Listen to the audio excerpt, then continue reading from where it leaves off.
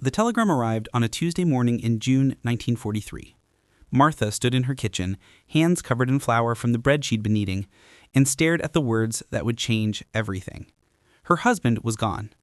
Not killed, thank God, but deployed somewhere in the Pacific. The farm was hers now. 200 acres of wheat, corn, and soybeans, and harvest season was coming fast.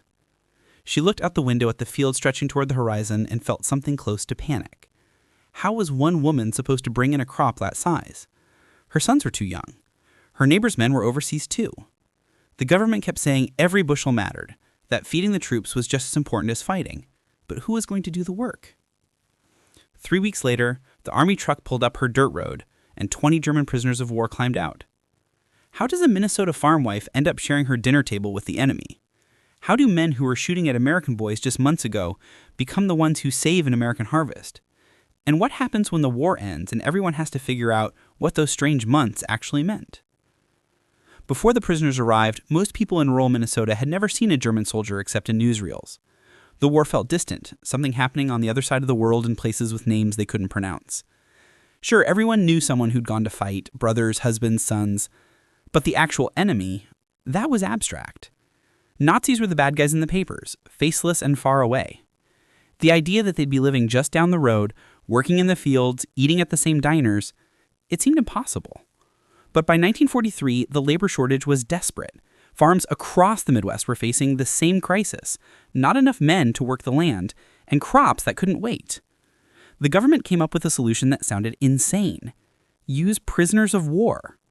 Thousands of German and Italian POWs were already being held in camps across the United States, mostly in the South and Midwest. They weren't dangerous. Most were regular soldiers, not fanatics. And according to the Geneva Convention, POWs could be put to work as long as they weren't directly supporting the war effort. Farming counted. So the prisoners came. They arrived in trucks, guarded by a handful of soldiers who barely looked old enough to shave. Most of the POWs were young too. Farm boys themselves, pulled into a war they didn't ask for and captured in North Africa or Italy. They wore uniforms with PW stenciled on the back. They didn't speak much English, and they looked just as confused as the farmer staring at them. Martha watched them climb down from the truck, blinking in the bright Midwestern sun. She'd expected something different. Hardened killers, maybe, or arrogant soldiers still loyal to Hitler. Instead, she saw tired young men who looked relieved to be somewhere that wasn't a battlefield. The officer in charge explained the rules. The prisoners would work from dawn to dusk, 6 days a week. They'd be paid a small wage, most of which went to the government. They'd sleep in a makeshift barracks at the edge of town, and under no circumstances were they to be left unsupervised. But supervision turned out to be a loose concept. There weren't enough guards to watch every field, every barn, every moment. So the prisoners worked alongside the farmers, and something strange started to happen.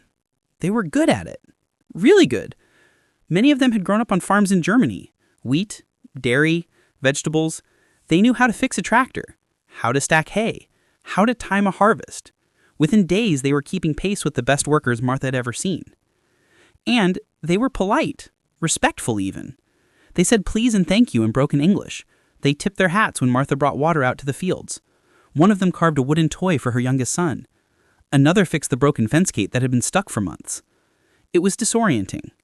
These were supposed to be the enemy. But out here, under the July sun, bent over rows of soybeans, they just looked like boys far from home. The locals didn't know what to make of it. Some people were furious. How dare the government send Nazis to American farms while our boys are dying overseas? Others were pragmatic. The harvest had to come in and beggars couldn't be choosers. A few families refused to use POW labor on principle. But most, like Martha, didn't have a choice. It was either accept the help or watch the crops rot in the field. Stories started spreading. At the general store, people whispered about how the prisoners were eating better than American families. 3 meals a day, meat twice a week, all provided by the government per the Geneva Convention rules. Some farmers grumbled that the POWs got better rations than they did. Others pointed out the irony. German soldiers in Minnesota were eating steak while American GIs in Europe were making do with K rations. But there were stranger stories too. A guard fell asleep under a tree one afternoon, and the prisoners working nearby woke him up before the officer came by so he wouldn't get in trouble. A POW escaped from a camp in southern Minnesota, walked 10 miles through the night. Martha started packing extra sandwiches when she brought lunch out to the fields. She learned a few words of German, enough to say good work and take a break, One of the prisoners, a quiet kid named Hans, who couldn't have been more than 19, showed her a photograph of his mother and little sister. Martha showed him a picture of her husband in his Navy uniform. They didn't talk about the war. What was there to say? August came, and the harvest began in earnest.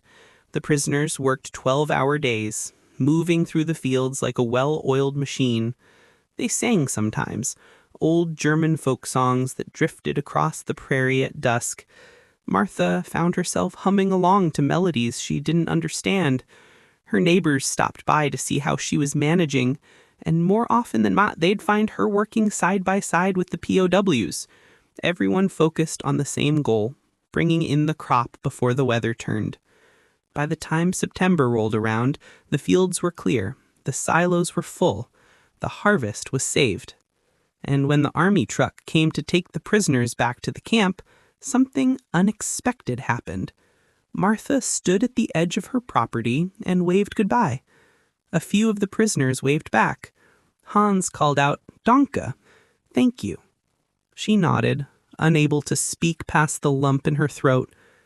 The war dragged on for another 2 years.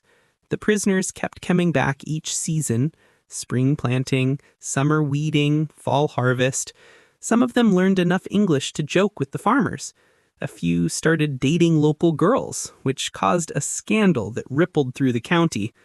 When Germany finally surrendered in May 1945, the camps didn't empty right away. Repatriation took time. Some POWs didn't want to go back. There was nothing left to go back to. Their towns were destroyed. Their families scattered or dead. A handful of them stayed. They applied for visas, married American women, bought small farms of their own. Werner, who'd worked Martha's fields for 3 seasons, ended up settling 20 miles away. He raised dairy cows and never talked about the war. Hans went back to Germany, but he wrote to Martha once a year until she died in 1987. The letters were short, simple, updates about his family, gratitude for her kindness during a dark time. Most people forgot. The camps closed, the barracks were torn down, and the whole strange chapter faded into the background of history. It didn't fit the story anyone wanted to tell about the war. Americans were the heroes. Germans were the villains. There wasn't supposed to be a middle ground where enemy soldiers saved American farms and shared meals with the families of the men fighting overseas. But it happened. More than 400,000 German POWs were held in the United States during World War II, and thousands of them worked on farms, in factories, in lumber camps. They picked cotton in Texas, cut timber in Oregon, harvested sugar beets in Colorado. And in most cases, the relationships weren't hostile. They were practical, sometimes even friendly. Because at the end of the day, war is fought by politicians and generals, but it's lived by ordinary people who just want to survive. Martha never talked much about those years. When people asked how she managed the farm alone, she'd say she had help. If they pressed, she'd mention the POWs, and the conversation would usually end there. It was complicated. It didn't make sense. How do you explain to your neighbors that the enemy became the people who saved your livelihood? How do you square the fact that the same country sending boys to kill your husband also sent boys to save your harvest? Years later, sitting on her porch with her grandchildren, she'd pull out the old photograph. 20 young men in POW uniforms standing in her wheat field, squinting into the camera, tired and sunburned and smiling. That was real. That happened. And no matter how strange it seemed, no matter how much people wanted to forget, she never did. The day German POWs saved the harvest in Minnesota was also the day the war stopped being simple. It became something messier, more human, harder to explain. And maybe that's the truest version of any war. Not the clean lines drawn on a map, but the moments when enemies became neighbors, even just for a season.